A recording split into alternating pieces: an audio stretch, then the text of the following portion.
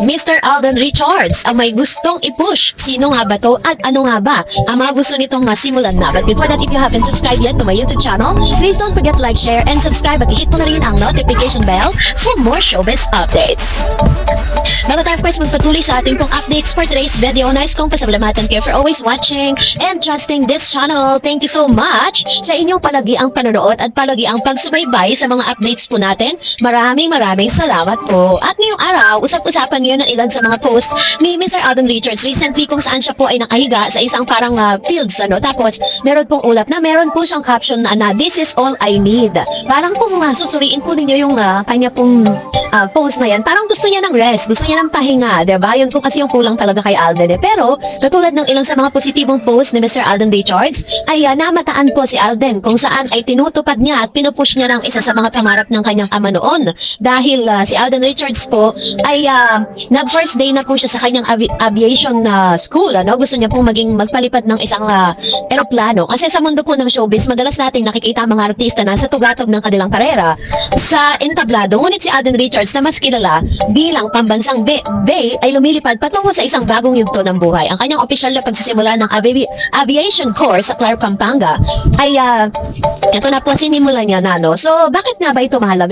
Hindi bagong idea na si Alden ay interesado sa paglipad. Matagal na niyang nais kapag aralin ang piloto. Subalit dahil sa gastusin ng ilan sa mga dahilan kung bakit hindi niya ito nauna agad nakuha. Ngayon sa edad na 33, opisyal niyang sinimulan ang pagsasanay.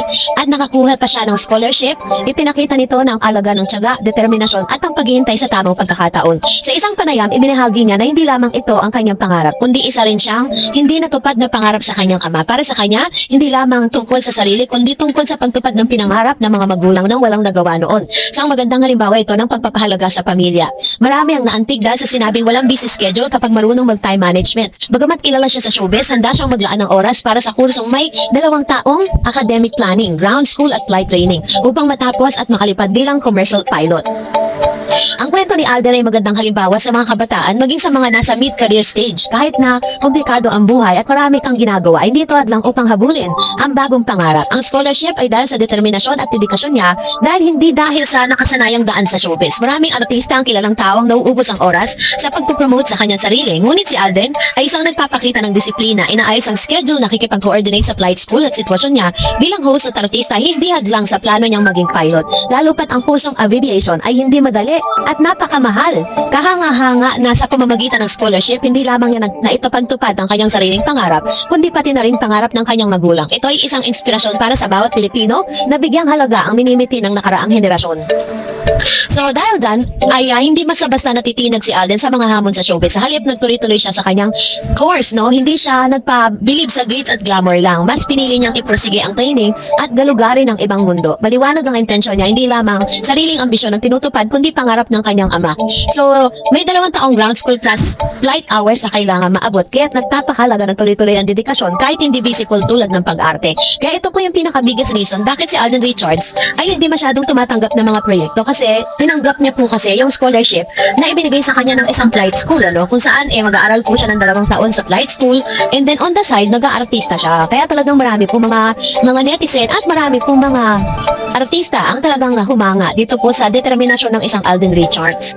At dahil dyan, narito naman ang ilan sa mga komento at reaction po ninyo patungkol naman sa ating latest update. So, umpisaan po natin ang komento mula po sa isang viewer po natin na nagbigay ng kanyang opinion patungkol sa bagay na ito. Unahin po natin si Miss Piggy Yu. Walang katapusang salamat sa issue na yan between Alden and Kat. Tuwing makakuha ba sila ng award sa movie ng HLG, kailangan bang banggitin ang name ng bawat isa? Isa pa ng paulit-ulit, mas okay nga kung yung dalawang network ang pasalamatan at buong cast mismo dahil hindi naman first time nilang ma-recognize sa movie. Actually, ilang trophy na ba nakuha nila sa movie na yan? Magtaka sila kung hindi nag-thank you si Alden. Which is true, diba? Kasi big deal kasi sa lahat ng mga, lalo na sa fans po ni Miss Catherine, na parang hindi nabanggit si Miss Catherine, diba? Sabi po niya, sa una pa lang makatanggap sila, kahit na sino ang maging partner ng Katden, hindi nila mapapantay ng HLA. Yun ang true lala. No one can beat HLA kahit na Katniel movie pa yan dahil may sariling supporter si Alden to support him. Unlike Katniel, mula mag-start, team nila, dun lang halos nabuo ang fans nila. Kaya maghiwalay na hati na rin. Ayun. So ito yung kanyang komento patungkol sa bagay na ito. Alam niyo po, totoo yan kasi Si Alden kasi parang talagang ang dami po talagang gustong pabagsakin si Alden Richards. Pero sabi nga ng kasabihan is hindi mo mapapabagsak ang isang mabuting tao kahit anong gawin mo eh. And sabi ni Miss Gloria, si Alden Richards, sobrang mahal ng tao si Alden Richards. Kung makakausap lang niyo mga tao, mahal na mahal si Alden ng mga tao. Yan, di naman masyadong paulit-ulit yan, Ma'am si Gloria. So, katulad po ng ginawa niya po sa Bulacan, di ba? So, ayaw niyang ayaw niyang i-publicize kasi syempre magbumukhang pang showbiz, di ba? Pero yun talaga eh, yung mga scholarship niya, hindi niya nga po binabanggit yun. Pero someone or somebody is disclosing that topic. Kaya po nalaman ng maraming tao, di ba? Pero as much as possible, ayaw niya sanang pabanggit, di ba? Kasi nga, di ba, parang feeling niya may invalidate yung yung ginagawa niya dahil nga marami mga gustong sumira, mga negative thinkers, yung mga negatibong tao na kahit anong gawin mo sa showbiz, talaga may masasabi silang negatibo towards you. And sabi ni Miss Prince Pantoa, his presence will also serve as a stress reliever for the victims of calamities. And Miss Raquel Berzosa, a man with a golden heart, Alden Richards Yarn, go Alden and go Catherine. God bless you more, sakat din. Ayan, salamat po, Ma'am si Raquel and Miss Prince Pantoa sa inyo pong komento. Kung mapapansin niyo what is good thing about Catherine and Alden, meron po silang mga ginagawang mga tumutulong sila secretly, hindi kailangan i-announce, no? At yun yung isang bagay na talagang nagustuhan ng ilang mga followers at ilang mga supporters po nila. Katulad po si Catherine, na ba? Yung big winner po ng PBB, siya lang, at big winner ng Pilipinas Got Talent. Siya lang po talaga yung nagpo-post, pero never po na parang pinlex ni Miss Catherine na talagang continuously tinutulungan niya po yung yung grand winner na yon. And sabi ni Miss Ermelinda Aldat Severa, hi my best idol, sabi mo, pag may gusto, under control ka sa secret forever mo. I am proud of you, my dear. Ayan, thanks so much, Ma'am si Ermelinda Aldat Severa, sa inyo pong komento at pagsuporta po sa Katden. And that's it for today. For more videos and updates, please don't forget to like and subscribe. And please don't forget to follow my Facebook page, Dar Eds TV. God bless everyone!